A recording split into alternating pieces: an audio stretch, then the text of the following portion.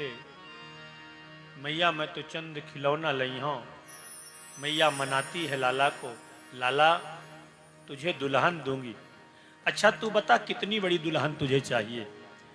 तो कन्हैया प्रसन्न हो गए दुल्हन का नाम सुन के। कहने लगे मैया बताऊं? हाँ लाला। कहा इतनी बड़ी मैया दुल्हन ला दे कि मैं जेब में डाल लूं, जेब में डाल के गैया चराने चले जाऊं। इतनी बड़ी दुल्हन।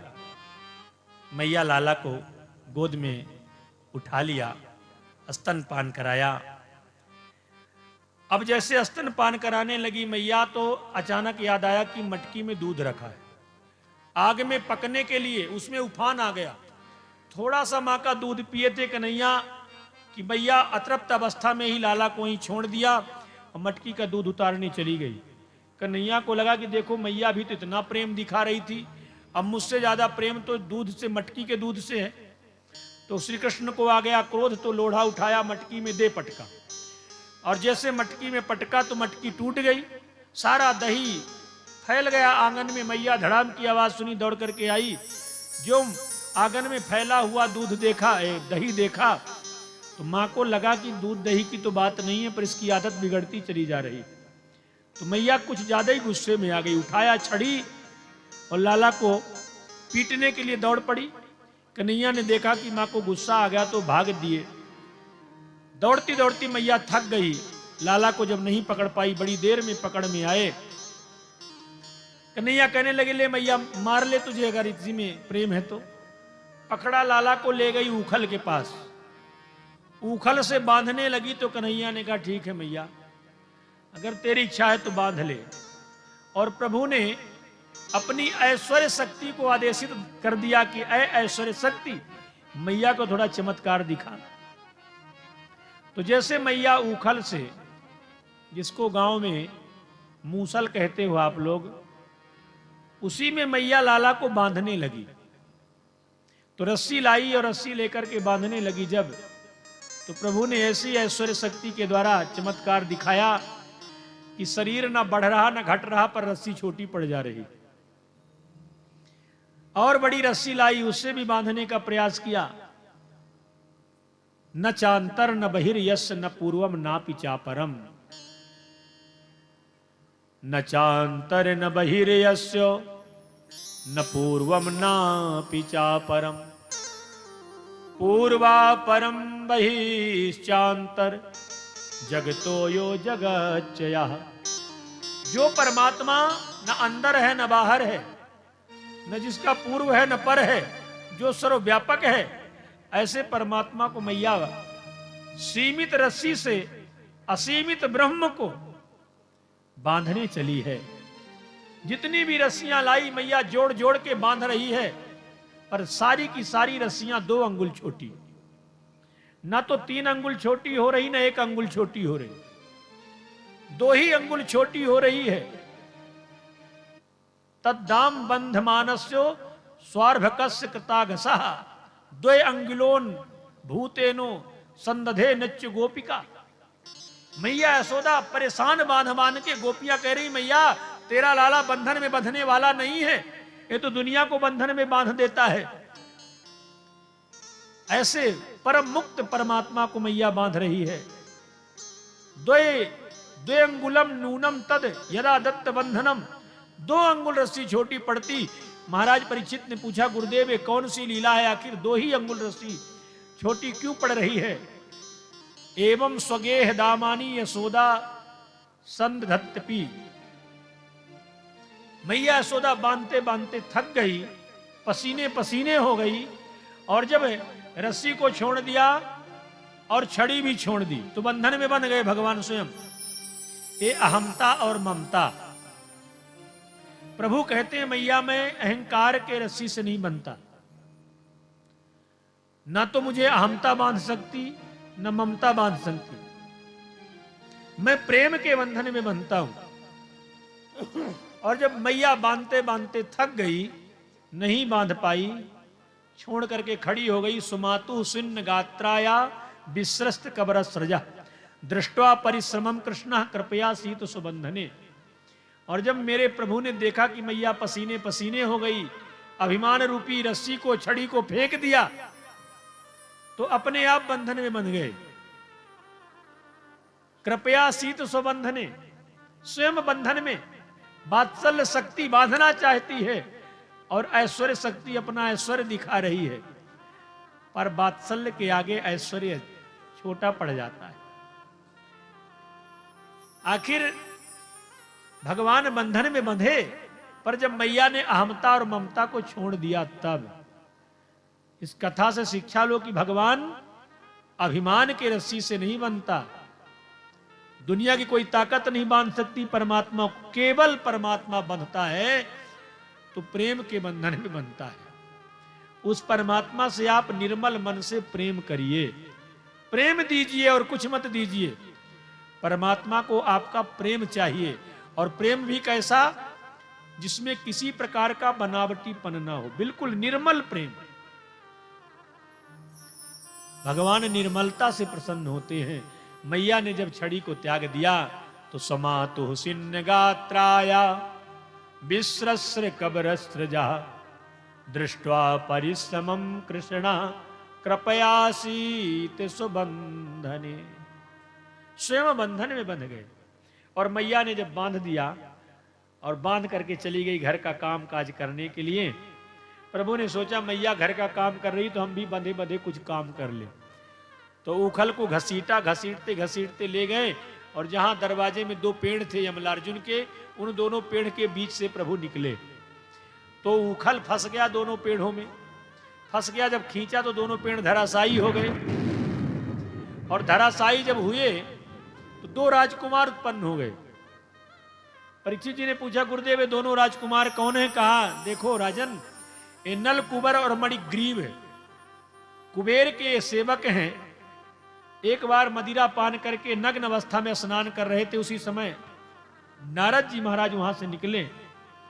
नारद जी को देख करके ऐसे नग्न खड़े रहे तो नारद जी ने श्राप दे दिया कि अरे मूर्खो, तुम धन के मद में इतने मदोन्मत्त हो कि तुम्हें लज्जा भी नहीं आती, नग्न खड़े हो जड़ की तरह, जाओ तुम जड़ योनि में चले जाओ, जड़ ही हो जाओ। दोनों का अभिमान चूर हो गया। जब श्राप हो जाता है, जब दंड मिल जाता है, तब अपराध का बोध होता है। चरणों में गिरे, कहा मुझे क्षमा कर दीजिए।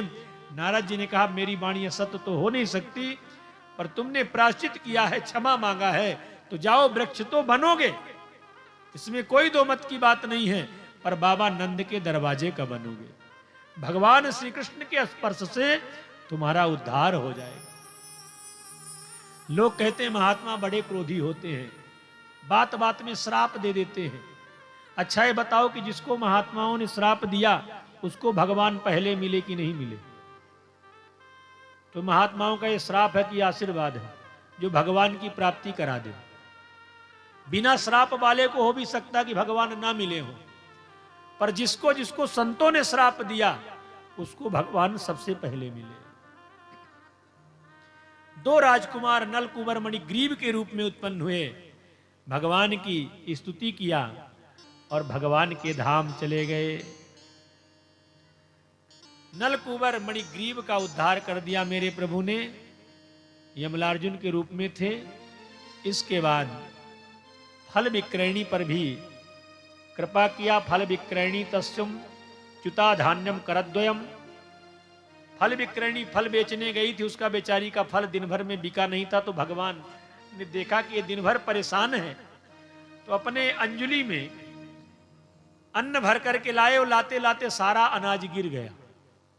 जब लाए थे तो गिर गया, और कहा कि फल बेचने वाली मैया मुझे फल दे दे। तो भगवान के अंजलि में फल भरने लगी, तो सारा टोकनी भर का फल भगवान के अंजलि में समा गया, और बदले में जो अन्न दिया था एक दाना मुश्किल से बचा था, वही उसके टोकनी में दे दिया। उसी को लेकर के गई, और जब घर में गई तो हीरे जवाहरात से उसकी टोकनी भर गई। भगवान ने माला माल कर दिया। क्यों? क्योंकि उसको ये नहीं लगा कि मेरे फल फ्री में जा रहे हैं, उसको लगा कि भगवान को मैं फल दे रही हूं तो इसका भी फल तो मुझे मिलेगा। तो फल का फल ऐसा मिला कि उसके कई जन्मों की दरिद्रता समाप्त हो गई और माला माल हो गई। ऐसे भगवान ने कृपा करी। अब इसके बाद एक दिन ग्वालों ने कहा कि बाबा, जब से मेरे लाला का जन्म यहां हुआ है तब से कोई ना कोई उपद्रव यहां होते रहते हैं। ऐसा लगता है कि यह जगह हम लोग लिए ठीक नहीं है, कहीं अन्यत्र चला जाए। तो बाबा नंद ने कहा, भैया कहां चलेगा? तो ग्वालों ने कहा कि एक जगह है बाबा, बड़ी अच्छी जगह है, मन प्रसन्न हो जाएगा। कौन सी जगह है? तो ग्वालों ने कहा कि वृंदावन। वनम वृंदावनम नामोपसभ्यम नवकाननम गोप गोपी गवाम सेव्यम पुण्यादि तृणवीरुधम। वृंदावन नाम का एक वन है जहां कल कल कल्लोल करती कमनीय कालिंदी का कलरव सुनाई पड़ता है। यमुना प्रवाहित होती है, यमुना का किनारा, और तुलसी का वन है वहां। बढ़िया सुंदर सुंदर सुकोमल सुकोमल घास गायों को मिलेगी। गिरिराज गोवर्धन की तलहटी, दिव्य छटा है गिरिराज गोवर्धन की। ऐसे वृंदावन में चला जाए, वहीं हम लोग रहेंगे। यहां ठीक नहीं है, यहां कोई ना कोई आए दिन राक्षस आ जाता है। वो तो अच्छा है कि हमारे लाला का कुछ बिगाड़ नहीं पाता। तो सबके सम्मत से सारे ब्रजवासी अपना जितना भी नित्य की उपयोग की सामग्री थी सबको लेकर के वृंदावन जाते हैं। वृंदावनम गोवर्धनम यमुना पुलिना निचा दीक्षा सीदुत्तमा प्रीति राम माधवयोर नृपः। सब गए, दूर से जो वृंदावन को देखा, अभी दूरे ब्रज हुआ सा गोपाल दार कही। ग्वालों ने कहा, देख कन्हैया कितना सुंदर वृंदावन है, जहां तरह तरह के पक्षी कलरव कर रहे हैं। हंस, मोर, सारस, पपीहा, चातक, कोयल, ऐसे दिव्य बड़े सुंदर सुंदर पक्षियों का कलरव सुनाई पड़ता है। और क्या लताएं हैं, हरी भरी घास, दिव्य लताएं, भौरे जहां गुनगुनाते रहते हैं रात दिन, तरह तरह के पुष्प खिले हुए हैं, तुलसी का वन है। देख करके सारे ब्रजवासियों का मन मुग्ध हो गया। वाह कन्हैया, बड़ा गजब का वृंदावन है। इसलिए कहते हैं कि वृंदावन सो बन नहीं, नंद गांव सो गांव, और बंसी बट सो बट नहीं, श्री कृष्ण नाम सो नाम। बड़ा दिव्य वृंदावन को देख करके सारे ब्रजवासी प्रसन्न हो गए। और वृंदावन में जाकर के एक रात्रि तो अर्धचंद्राकार छकड़ों को खड़ा किया, उसी के ऊपर, उसी के नीचे विश्राम किया। फिर धीरे धीरे माटी के घर बना करके और वहीं प्रेम से रहने लगते हैं। वृंदावन में जाने के बाद कन्हैया ने कहा कि बाबा, हम लोग छोटे छोटे ग्वाला और छोटे छोटे बछड़ा, तो हम लोग बछड़ों को चराएंगे। हम भी कुछ काम करें, अब यहां आए हैं तो। भाई परदेश में बैठने से काम थोड़ी ना चलेगा। तो अपना घर छोड़ करके वृंदावन गए हैं। तो वृंदावन में गए तो मेरे प्रभु बछड़ों के वत्सपाल बन गए। बछड़ों को चराते हुए यमुना के किनारे बंसी बजाते, तो एक वत्सासुर नाम का दैत्य आया बछड़े के रूप में। दाऊ भैया ने उसे पटक के मार दिया, वत्सासुर का उद्धार कर दिया। बकासुर आया बकुले के सुर में, तो उसका भी चोंच दबा करके पैरों में, और उसको भी फाड़ करके उसके प्राणों को ले लिया। ऐसे बकासुर का उद्धार कर दिया। कहते एक बार अघासुर नाम का दैत्य अजगर के रूप में आया। जहां से हम सुंदर ग्वालों के साथ आंख मिचौली का खेल खेल रहे थे, वहीं पर आया और गुफा के रूप में जम गया एक जगह रास्ते में। सारे ग्वाला उसके पेट में चले गए, गुफा समझ करके छुप गए। पीछे पीछे श्री कृष्ण भी ग्वालों को ढूंढते ढूंढते गए, वो भी चले गए। अजगर ने अपना मुंह बंद कर लिया, सब छटपटाने लगे। तो प्रभु ने उसका ब्रह्मांड, उसका मस्तक फाड़ करके समस्त ग्वालों को निकाला। ग्वाले सब मूर्छित हो गए। भगवान ने अपनी कृपा दृष्टि से ग्वालों को जीवित किया। और यह अघासुर वध की लीला 1 साल में जाकर के ग्वालों ने अपने अपने घर में बताया। ब्रह्मान कालांतर कृतम तत्कालीन कथम भवेत यत कौमारे हरिकृतम जगु पौगंड केर भका। परीक्षित जी कहते हैं कि हे गुरुदेव, ये बताइए कि कौमारा अवस्था की लीला को पौगंडा अवस्था में जाकर के ग्वालों ने बताया।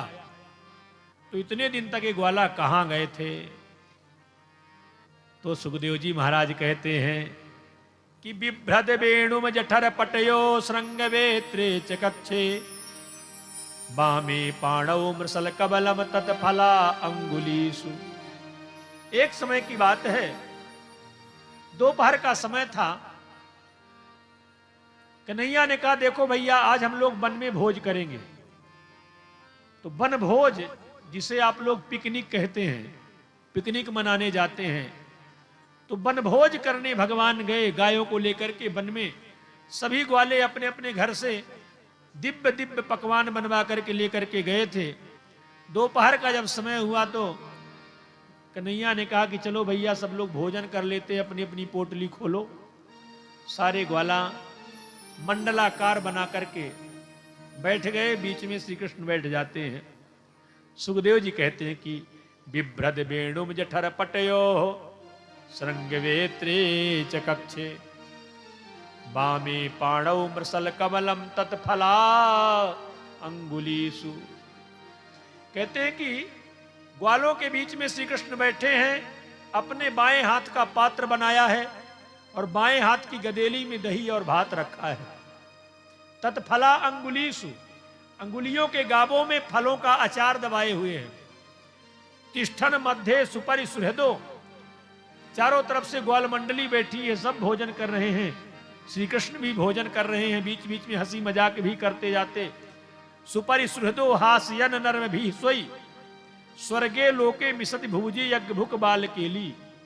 और भगवान की ये बाल लीला स्वर्ग से ब्रह्मा जी देख रहे थे। तो भगवान और ब्रह्मा को दिखा दिखा करके लीला करने लगे। कभी मधुमंगल के मुंह की कढ़ी चाट लेते, कभी श्री दामा का लड्डू छुड़ा के खा लेते, आधा खाया हुआ। ऐसे भोजन करते देखा। ब्रह्मा ने सोचा कैसा भगवान है भाई, कोई आचार विचार नहीं, ना हाथ धोया ना पैर धोया, अभी गैया चरा रहा था बछड़े और भोजन करने लगा और सबका जूठन खा रहा है। ब्रह्मा जी को मोह हो गया। ब्रह्मा को लगा कि ये भगवान नहीं हो सकता। ऐसा भी कभी भगवान होता भाई जो ग्वालों का जूठ खाता है? मधुमंगल की जब कढ़ी चाटी भगवान ने अपनी जिह्वा से, किसी के हाथ का कबल छुड़ा करके पा लिया। विचिन्वन भगवान कृष्ण सपाणी कबलो ययऊ नीत्वा नित्य कुरुद्वाहंत। ब्रह्मा को मोह हुआ। ब्रह्मा ने कहा चलो चल करके देखें। तो इधर सारे ग्वाला और श्री कृष्ण भोजन करने में लगे हैं, उधर ब्रह्मा जी गए तो बछड़ों को चुरा लिया। चर रहे थे बछड़े वन में, बछड़ों को चुरा लिया। जब भोजन से ध्यान हटा, ग्वालों ने कहा लाला हम लोग तो भोजन करने में लगे, बछड़े दिखाई नहीं देते, बहुत देर हो गया। श्री कृष्ण ने कहा तुम लोग भोजन करो, मैं बछड़ों को ढूंढ के लाता हूं। बछड़े ढूंढने श्री कृष्ण गए तो बछड़े तो मिले नहीं। ब्रह्मा जी को मौका मिल गया तो उधर ग्वालों को भी चुरा लिया। ग्वाले भी गायब, अब न ग्वाले मिले न बछड़ा मिले, ढूंढ ढूंढ के परेशान। तो ध्यान लगाया प्रभु ने, नेत्र बंद करके जो ध्यान लगाया तो सारी लीला समझ गए। समझ में आ गई बात कि अच्छा ब्रह्मा जी तुम हमारी परीक्षा लेने चले हो, आज बेटा बाप की परीक्षा ले रहा है। तो भगवान ने कहा ठहर जाओ। तुरंत अपने ऐश्वर्य शक्ति से उतने ही ग्वाला बना दिए, उतने ही बछड़ा बना दिए। अब जब ग्वाला भगवान बने तो ग्वाला की शर्ट भी बने, ग्वाला की लाठी भी बने, सब कुछ भगवान बने। और बछड़ा बने तो बछड़ा की पूंछ भी बने, सींग भी बने। अब जित देखो तित श्याममयी है, सब कुछ श्री कृष्ण बने हुए हैं। अब जो गायें बिल्कुल दूध नहीं देती थी वो गाय भी दूध देने लगी, बछड़ों को पिलाने लगी। गायों ने सोचा कि आज मेरा कृष्ण बछड़ा बना है, मेरा अहोभाग्य। तो गाय भी दूध देने लगी जो वर्षों से कभी नहीं दूध देती थी। दाऊ भैया ने देखा, कहा इस समय वृंदावन में बड़ा प्रेम उमड़ रहा है भाई, क्या बात है। तो कन्हैया से पूछा क्यों लाला ये कौन सी लीला चल रही है? तो कन्हैया ने कहा दाऊ भैया ब्रह्मा जी को पाठ पढ़ा रहा हूं। ये ब्रह्मा जरा अभिमानी हो गया है, हमारी परीक्षा लेने चला है। तो सब कुछ श्री कृष्ण बने हुए हैं, इसलिए अत्यंत प्रेम वृंदावन में 1 साल तक यह लीला चली। 1 साल के बाद ब्रह्मा जी आए देखने कि अब श्री कृष्ण अकेले बैठे होंगे, ग्वालों को बछड़ों को तो मैं ले आया। पर ब्रह्मा जी ने देखा कि आगे कन्हैया की तो चैन की बंसी बज रही थी, वैसे ही ग्वाला खेल रहे थे, वैसे ही बछड़े चल रहे थे। तो भागे ब्रह्मा जी की, लगता मेरे पीछे पीछे सारे बछड़ा और ग्वाला चले आए। जाकर के देखा तो ब्रह्मलोक में वैसे ही बछड़ा वैसे ही ग्वाला, पुनः यहां आए तो यहां भी वैसे ही। अब ब्रह्मा जी चक्कर में पड़ गए कि आखिर कौन नकली है और कौन असली है, हमारे वाले नकली हैं कि यहां वाले नकली हैं। और एक लीला भगवान ने और की, जब यहां ब्रह्मा जी आए ग्वालों को और बछड़ों को देखने, तो वहां भगवान ब्रह्मा बन के पहुंच गए ब्रह्मलोक। दाढ़ी मूछ बढ़ाया, चार मुख के बन गए ब्रह्मा जी और चले गए अंदर। का सुनो, द्वारपालों को सेवकों का सुनो, सावधान हो जाओ, आजकल मेरे जैसे ब्रह्मा बहुत बहुरूपिया घूमते हैं। कोई आए मेरे जैसा ब्रह्मा बन के कहे मैं ब्रह्मा हूं, आने नहीं देना उसे अंदर। हाँ हाँ जी हुजूर बिल्कुल, अच्छा आपने बता दिया। अब ब्रह्मा जी बन करके भगवान ब्रह्मा की गद्दी में बैठ गए। जब ब्रह्मा जी गए तो ब्रह्मा जैसे गए तो द्वारपालों ने रोक दिया सेवकों, खबरदार अंदर नहीं जाना। अरे अरे तुम लोग नशा किए हो, मैं ब्रह्मा। कहा चलो चलो, अच्छा हुआ मेरे स्वामी ने मुझे बता दिया, आजकल बहुत बहुरूपिया ब्रह्मा घूमते, किनारे खड़े हो जाओ। ब्रह्मा ने कहा कि कौन ब्रह्मा भाई, दूसरा है आ गया, ब्रह्मा तो मैं ही हूं। ब्रह्मा ने ध्यान लगाया, समझ गए कि ये तो दूसरे जो वास्तविक में मेरे जैसे ब्रह्मा को रोज बनाते हैं, रोज बिगाड़ते हैं। तो कहा कि अच्छा ऐसा करो कि तुम्हारे ब्रह्मा जी से मुझे मिलना है। तो सेवकों ने कहा ऐसा कहो कि मिलना है तो मिला दूंगा। जाकर के अंदर कहा प्रभु अच्छा हुआ कि आप बता दिए थे, नहीं एक आ ही गया था ब्रह्मा बन करके बहुरूपिया और हम लोगों को बेवकूफ बना देता। तो कहा क्या कह रहे हैं? वो कह रहे हैं कि आपसे मिलना है। अच्छा अच्छा ठीक, कोई बात नहीं, बुला लाओ। ब्रह्मा जी को अंदर प्रवेश दिया, तब तक भगवान वहां से अंतर ध्यान हुए तो आ गए, यहां बंसी बजाने लगे। ब्रह्मा जी समझ गए, तुरंत ग्वालों को लिया, बछड़ों को लिया और लेकर के पहुंच गए भगवान के चरणों में, प्रार्थना करने लगे। नवमीड्यते भ्रवपुषे तडिदंबराय गुंजावतंस परिपिक्षल सन मुखाय वन्य सृजे कवल वेत्र विषाण वेणुर लक्ष्म श्रिये मृदुपदे पशुपांग जाय। लक्ष्म श्रिये मृदुपदे पशुपांग जाय।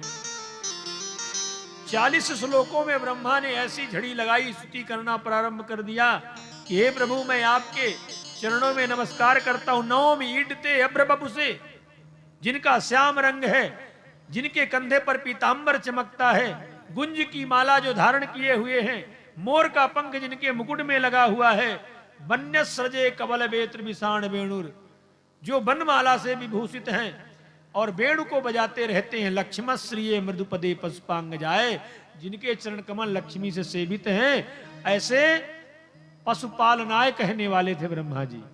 तो सरस्वती ने सोचा मेरे प्रभु की महिमा न कम हो जाए, पशुओं का पालन करने वाले कह रहे हैं ब्रह्मा जी।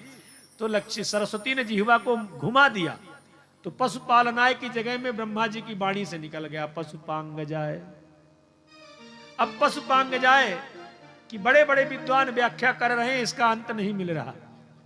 पशुपालनाय में तो साधारण अर्थ निकल रहा था, पर ब्रह्मा जी की वाणी से निकल गया पशुपांग जाए। पशून पातीति पशुपो नंदा तस्याम अंग जाता पशुपांग जा तस्मई पशुपांग जाए नंद नंदनाय। पशुम पातिति पशुपा, पशुओं का पालन करने वाले पशु, तस् अंग जाए माने वसुदेव आए। और ऐसे वसुदेव के पुत्र पशुपा नाम गोपा नाम अंग जाए पशुपांग जाए, बहुत सारी व्याख्याएं किया। ऐसे पशुपांग जाए नंद नंदन आए। भगवान श्री कृष्ण के चरणों में हम प्रणाम करते हैं, फिर भी भगवान ने नहीं देखा तिरछी निगाहों से, तुम्हारे जैसे ब्रह्मा कितनी स्तुति करते।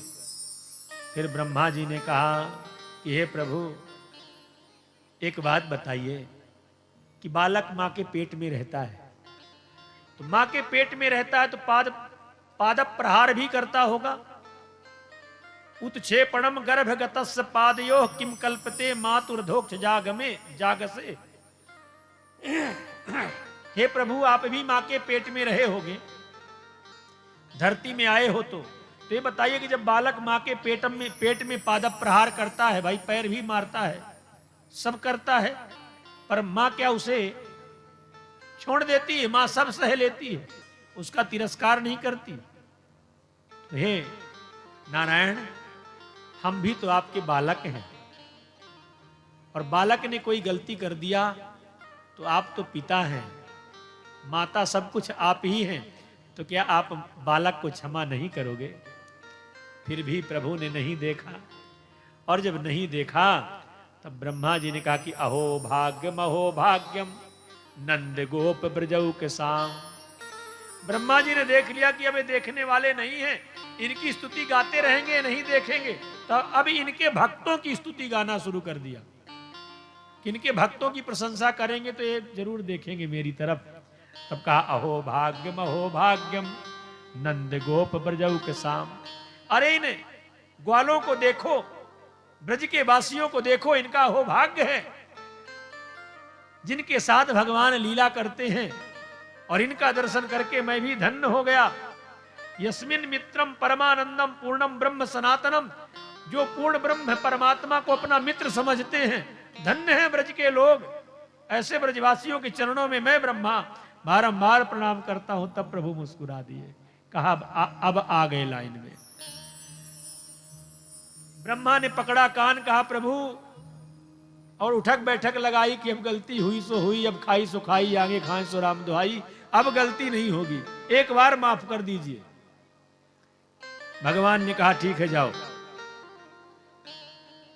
तुम्हें माफ किया, पर आइंदा अब दोबारा ऐसी गलती नहीं करना। ब्रह्मा जी बेचारे गए, और भगवान 1 साल के बाद जब ग्वालों को लेकर के घर गए, एक मुहूर्त के समान लगा। ग्वालों को नहीं पता चला कि 1 साल रह गए ब्रह्मा जी के लोक में। और जब 1 साल के बाद गए तो अघासुर वध की लीला को ग्वालों ने अपने घर में 1 साल के बाद बताया, और 1 साल ब्रह्मा के लोक में एक मुहूर्त के समान बीत गया। ऐसी लीला। अब भगवान मेरे हो गए कन्हैया 6 वर्ष के। जब 6 वर्ष के प्रभु हो गए तो कहा कि मां, अब हम लोग बड़े बड़े हो गए, तो अब गैयों को चराएंगे। तो 6 वर्ष के कन्हैया से कार्तिक शुक्ल पक्ष अष्टमी के दिन मैया ने गायों के चरणों की पूजा कराई, जिसको गोपाष्टमी बोलते हैं। एक कार्तिक शुक्ल पक्ष में मनाई जाती है गोपाष्टमी, जिस दिन से भगवान श्री कृष्ण ने गायों को चराना प्रारंभ कर दिया। अब गोपाल हो गए, अभी वत्सपाल थे। बोलिए गोपाल कृष्ण लाल की जय हो। गायों को चराना मेरे ठाकुर जी ने प्रारंभ किया है। गायों को चराते हुए धेनुकासुर का वध बलराम जी महाराज ने किया। भान कहते हैं जहां खाने चित्त हो गया, वृक्ष भी टूट गए, फल भी मिल गए, और धेनुकासुर का उद्धार हो गया। फलों की पोटली लेकर के आए। घरों के लोगों ने पूछा, भाई ये फल कहां मिले? तो कहा दाऊ भैया ने इतना बड़ा गधा मारा और वहीं से फल मिले। दाऊ भैया ने कहा कि तुम लोग हमारी हंसी करते हो, अब तुम्हारे साथ हम गैया चराने नहीं जाएंगे। तो एक दिन भगवान श्री कृष्ण अकेले गाय चराने गए, और जिसमें भगवान ने ऐसी लीला करी, कालिए जैसे महाविषधर नाग को नाथ दिया। काली नाग बड़ा बलशाली था, 101 फण वाला था। बिलोक्य दूषिताम कृष्णाम कृष्ण कृष्णा ही ना विभो तस्या विशुद्धिमक्षिन्नो सर्पम समुदवासयत। कालिए नाग को नाथने के लिए आज दाऊ भैया को साथ में श्री कृष्ण नहीं ले गए।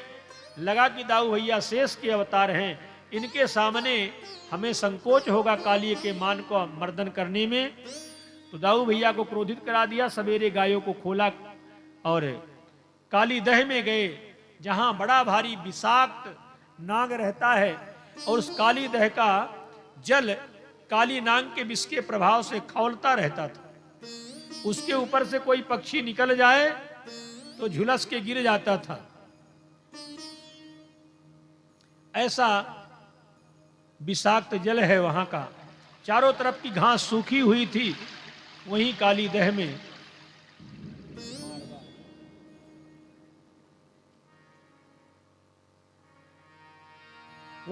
दह में भगवान गायों को लेकर के पहुंचे। और जब गायों को लेकर के पहुंचे, गायों को चरने के लिए छोड़ दिया। कंदुक क्रीड़ा, भागवत जी में तो ऐसा नहीं वर्णन है, पर अन्य पुराण अंतर्गत ऐसी कथा आती है कि भगवान ने कंदुक क्रीड़ा की, गेंद का खेल रचाया। सारे ग्वाला और श्री कृष्ण मिलकर के गेंद खेलने लगे। गेंद खेलते खेलते ऐसा थपाट मारा गेंद में कि गेंद उछली और उछल करके काली दह में जा गिरी। और जब काली दह में चली गई, महाराज श्रीदामा की गेंद थी, श्रीदामा नाराज हो गया। अरे कन्हैया, तूने तो सबरो खेल बिगाड़ दियो। जब जब खेल मढ़ता तू बिगाड़ देता है, मेरी गेंद ला। कन्हैया ने कहा कि देख श्रीदामा, काली दह में गेंद गिरी, इतना बड़ा विषधर रहता है, यहां कोई आज तक जीवित नहीं लौटा वहां से। मैं बाबा से कह के दूसरी गेंद दिलवा दूंगा। श्रीदामा ने कहा नहीं, मुझे आज ही चाहिए और अभी वही गेंद चाहिए। तो श्री कृष्ण गेंद को लेने के लिए कदम्ब के पेड़ पर चढ़े और कहा कूद जाऊं। ग्वालों ने सोचा कि डरबाता है, क्यों कूदेगा, जानता है कि बड़ा विषैला नाग रहता है यहां। तो ग्वालों ने कहा हाँ कूद के दिखा, बड़ा पहलवान। इतना ग्वालों ने कहा नहीं कि श्री कृष्ण ने कमर कसी और जोर का छलांग लगाया। और जैसे काली दह में छलांग लगाया कि इधर मैया यशोदा के हाथ में पूजन की थाल थी, पूजन की थाल छूट गई। अब शगुन होने लगा। मैया यशोदा का दाहिना अंग बार बार फड़कने लगा। मैया को लगा कि जरूर कोई आज अनहोनी घटना घटनी है, क्योंकि ऐसे अपशगुन हो रहे हैं। श्री कृष्ण के साथ मेरा बलराम भी नहीं है, आज श्री कृष्ण अकेले गया है। तब तक श्री कृष्ण काली दह में गिर गए। ग्वाले भागते चीखते चिल्लाते आए, मैया मैया मैया, तेरा लाला काली दह में कूद गया। मैया आज तक कोई काली दह से जीवित निकला नहीं। इतना सुनी तो मैया तो धड़ाम से पृथ्वी पर गिर गई। अबाल वृद्ध बनिता सर्वेंग पशुभृतया। अबाल वृद्ध बनिता सर्वेंग पशुभृतया। निर्जग मुर्गो कुलादीना कृष्ण दर्शन लालसा। अबाल वृद्ध बनिता सर्वेंग पशुव्रतया। सब पशु की तरह चीखते चिल्लाते भाग रहे हैं। अबाल वृद्ध बनिता, सारी गोपियां, सारे ग्वाला, सब पशु की तरह बिना मार्ग देखे कांटों को रौंदते हुए, मेरे लाला को बचाओ, मेरे कन्हैया को बचाओ। दाऊ भैया सबको समझा रहे हैं। चीखते चिल्लाते पहुंचे तो देखा कि गायें रभा रही हैं। गायें ऐसा लग रहा था जैसे बिल्कुल काली दह में कूद जाएंगी। श्री कृष्ण को देख देख करके गौएं रभा रही हैं, बछड़े रभा रहे हैं। ऐसी भयावह स्थिति, सब रो रहे हैं। तब तक काली को जाकर के नटवर नागर प्रभु ने एक पादप प्रहार किया। काली नाग फुसकार करके खड़ा हुआ, 101 फड़ वाला, और उस विषधर ने अपनी पुछेटी से श्री कृष्ण को बांध लिया। जैसे श्री कृष्ण को बांधा, सब ग्वाले हाय हाय करने लगे, चीखने लगे, चिल्लाने लगे। क्योंकि नाग का पास ऐसा होता है कि नाग पास से कोई फिर बचा नहीं। नाग जिसे अपने पास में बांध ले, सांप को भोगी कहा गया है, वो फिर व्यक्ति जीवित बचता नहीं है। इतना मजबूत नागपास का बंधन होता है। श्री कृष्ण को जो नागपास में बंधा हुआ देखा, मैया यशोदा तो लगा कि काली दह में गिर जाए।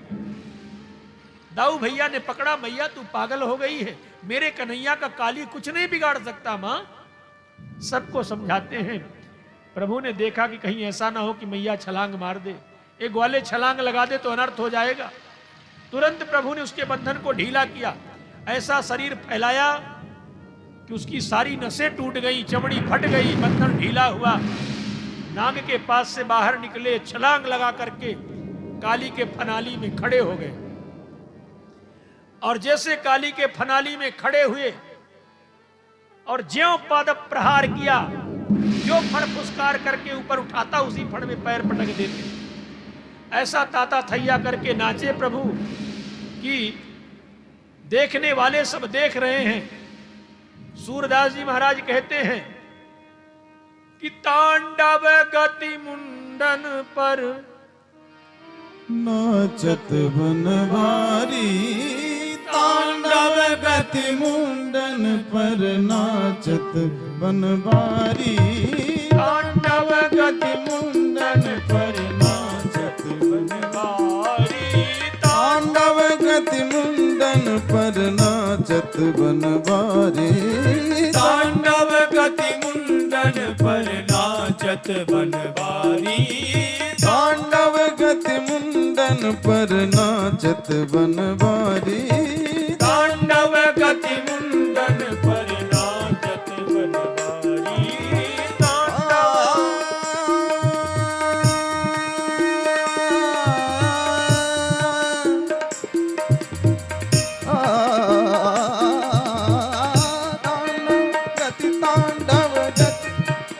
मुंडन पर तांडव गति मुंडन पर नाचत बनवारी, तांडव गति मुंडन पर नाचत बनवारी, तांडव गति मुंडन पर।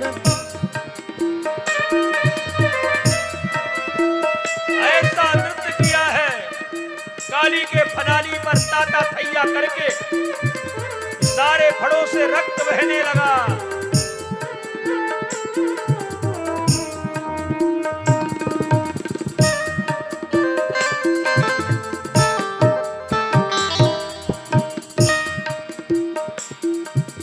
पम पम पम पग पटकत पम पम पम पननि पर, पम पम पम पग पटकत फम फम फम पननि पर, पम पम पम पग पटकत पम पम पम पननि पर, फम फम फम पग पटकत फम फम फम पननि पर, बिम बिम बिम बिनती करत, बिम बिनती कर, बिम बिम बिम बिनती करत, बिम बिनती करत, नाग बधुहारी, तांडव गति मुंडन पर नाचत गिरधारी, तांडव गति मुंडन पर नाचत गिरधारी, तांडव गति मुंडन पर नाचत बनवारी, तांडव गति मुंडन पर नाचत गिरधारी,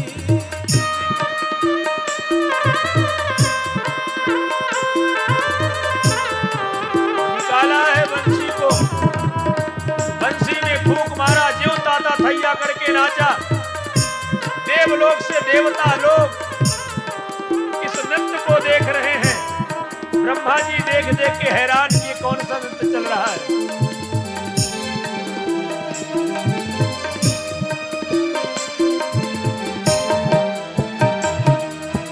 विविध विविध विद्याधर दम दम दम देव सकल, विविध विविध विद्याधर दम दम दम देव सकल, विविध विविध विद्याधर देव सकल, विविध विविध विद्याधर दम दम दम देव सकल, गंगं गंगुनि गंधर्व, गंगं गुनि गंधर्व, गंगं गंगुनि गंधर्व नाचत तारी, तांडव गति मुंडन पर नाचत बनवारी, तांडव गति मुंडन पर नाचत गिरधारी, तांडव गति मुंडन पर नाचत गिरधारी, तांडव गति मुंडन पर नाचत गिरधारी, तांडव।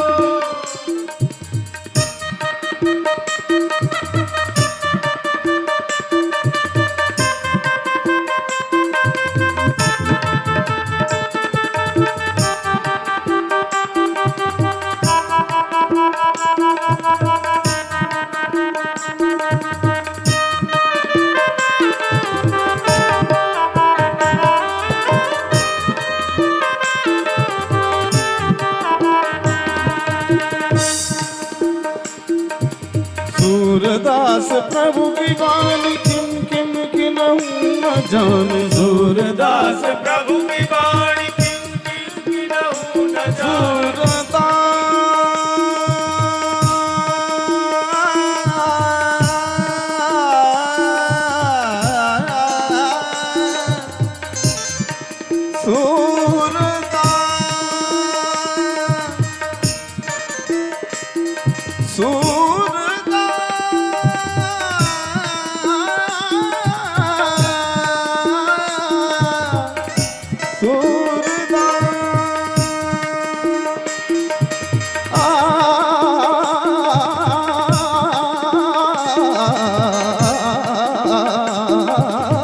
सूरदास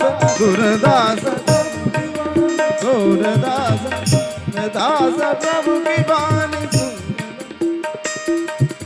सूरदास प्रभु की वाणी किम किम किनहु न जाने। सूरदास प्रभु की वाणी किम किम किनहु न जाने।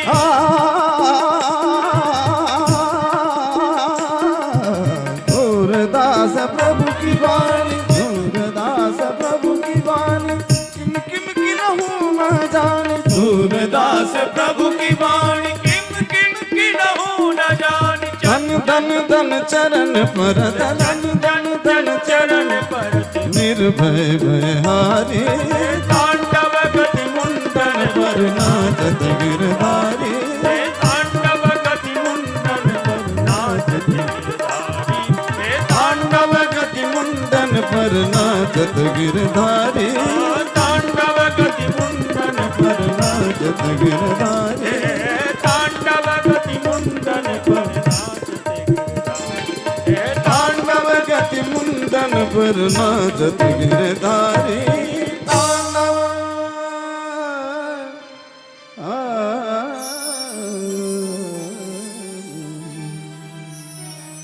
नमस्तुभ्यं भगवते पुरुषाय महात्मने भूतावासाय भूताय पराय परमात्मने ज्ञान विज्ञान निधये ब्रह्मणे नंत सक्तये अगुणाय विकाराय नमस्ते प्राकृताय च अगुणाय विकाराय नमस्ते प्राकृताय च कालाय कालनाभाय। नागपत्नियों ने देखा कि ये थोड़ी देर नाचते रह जाएंगे काली के फनाली में तो राम नाम सत्य हो जाएगा। सारे फड़ों से रक्त बहने लगा, मुंह लटकाए। तो नागपत्नियों ने कहा जल्दी से पतिदेव को कि अपना सिर झुका लो। तो काली कहता क्यों सिर झुका ले, क्या हमने कोई अपराध किया है? प्रभु कह रहे अच्छा, पूरे काली दह के जल को विषाक्त बना दिया, अपराध नहीं किया। तो काली नाग ने कहा कि भवानी ही कारणम तत्तो सर्वज्ञो जगदीश्वरा। एक बात बताइए प्रभु की संसार को किसने बनाया? प्रभु ने कहा हमने। तो कहा संसार के जीवों को किसने बनाया? भगवान ने कहा हमने। तो कहा फिर नागों को भी आपने ही बनाया? कहा बिल्कुल। तो कहा नागों के अंदर विष भी आपने भरा? भगवान ने कहा। तो काली नाग ने कहा कि जब सब कुछ आपने ही दिया है तो तेरा तुझको अर्पण क्या लागे मेरा। तो जब आपने मेरे अंदर विष भरा है तो विष ही तो वमन करेंगे, और क्या करेंगे, इसमें मेरा क्या कसूर है। तो भगवान ने कहा कि अरे काली, हमने तुझे बनाया है, तेरे अंदर विष भरा है, तो तुम्हारे रहने के लिए हमने स्थान भी तो नियुक्त किया है, रमणक दीप, जहां नागों का ही समूह रहता है, चले जाओ वहां। तो काली नाग ने कहा प्रभु वहां आपके वाहन गरुड़ जी से हमारी दुश्मनी चलती है, वो हमें खा जाएंगे। भगवान ने कहा चिंता मत करो, कोई नहीं खाएगा। इधर नाग पत्नियों ने भगवान की दिव्य 21 श्लोकों में स्तुति किया, किसी तरह से राजीनामा हुआ। और भगवान ने कहा ठीक है जाओ। नागालयम रमणकम कस्मात त्याज्य कालिया। सौभरी ऋषि के श्राप से काली दह में गरुड़ जी नहीं आते थे, क्योंकि सौभरी ऋषि यहां तपस्या करते थे और एक गरुड़ जी आते थे, मछली भक्षण करते थे। यहीं सौभरी ऋषि ने पहले मना किया, जब नहीं माने तो श्राप दे दिया कि जाओ, आज के बाद यदि तुम इस देह के आसपास आ गए ना तो तुम्हारा सिर फट जाएगा, तुम्हारी मृत्यु हो जाएगी। तो काली नाग आता नहीं था, गरुड़ नहीं आता था, यहां काली नाग की दुश्मनी चलती थी, तो यहां सुरक्षित था। आज भगवान ने अपने चरण चिन्हों को बना करके कहा जाओ, अब तुम्हारा कोई कुछ नहीं बिगाड़ेगा, तुम्हारे मस्तक पर हमारे चरणों के चिन्ह बन गए, अब तुम मेरे पालतू भक्त बन गए हो। पालतू और फालतू, संसार में कुत्ते होते हैं ना तो दो तरह के होते हैं, एक पालतू होता है, एक फालतू होता है। तो पालतू को तो लोग कहेंगे भाई इसके गले में पट्टा बंधा है, ये पालतू लग रहा है, इसको मत मारना नहीं झगड़ा हो जाएगा, इसका मालिक आ जाएगा लड़ने के लिए। और फालतू कुत्ते को जो चाहे वही तो डंडा जमा देता है। तो देखो, भगवान के पालतू बन के रहोगे तो यम के दूतों की हिम्मत नहीं है कि तुम्हें छू दे, और फालतू बन के रहोगे तो कहीं भी यमराज पाएंगे दबोच के ले जाएंगे। इसलिए पालतू बन के रहिए। पालतू तब बनेंगे जब गले में कंठी, मस्तक में तिलक, बाजू में धनुष बाण का निशान, इन आयुधों से जब विभूषित रहेंगे, जब वैष्णव बन जाएंगे, तब भगवान के पालतू बनेंगे। गले में तुलसी की माला जरूर हो, मस्तक पर तिलक लगा हो, तो यमदूत भी एक बार सोचते हैं उसको छूने के पहले कि हाथ तो लगा दिया, भगवान का पालतू दिख रहा है, अभी गड़बड़ हो जाएगा। और नहीं तो कभी भी कहीं भी यमराज पाएंगे पकड़ के ले जाएंगे। फालतू बनिए, पालतू बनिए।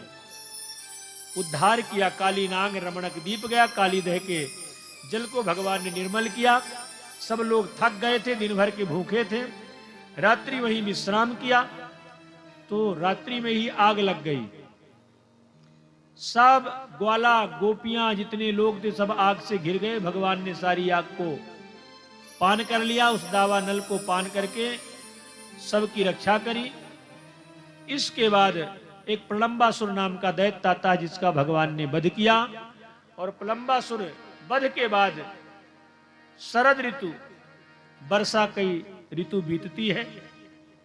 वर्षा ऋतु में नदियों का जल मटमैला हो जाता है, तमाम रास्तों में कीचड़ हो जाता है। पर जैसे ही वर्षा बीतती शरद ऋतु आती है, वैसे ही शरद ऋतु का बड़ा सुहावना मौसम होता है। वर्षा विगत शरद ऋतु आई, लक्ष्मण देखहु परम सुहाई, फूले का सकल मही छाई, जनु वर्षा कृत प्रगट बुढ़ाई। मानो वर्षा का बुढ़ापा आ गया, काश में फूल लग गए, फूल आ गए, तो प्रकृति भी ये बताती है कि अब वर्षा का बुढ़ापा आ गया। पर अब कलयुग में कब वर्षा हो जाए कोई भरोसा नहीं। 12 महीने पानी बरसता है, ऐसा कोई महीना होता होगा जिस महीने में पानी ना गिरे। और जब जरूरत पड़ती है बरसात में तब नहीं गिरता पानी। तो शरद ऋतु का वर्णन करते हैं, बड़ा दिव्य सुंदर जल है, सुकोमल सुकोमल घास धरती में उग आई है, वृक्षों में नई नई कपोलें आ गई हैं, नए पत्ते आ गए हैं। और वन को दिव्य छटा को बिखेरते हुए जब श्याम सुंदर ने देखा, तो दिव्य वन को देख करके भगवान के मन में बंसी बजाने का मन हुआ। तो मेरे प्रभु ने वेणु निनाद किया, बरहा पीडम नटबर बपु कर्णयो कर्णिकारम बिभ्रदवासः कनक कपिसम वैजयंती च माला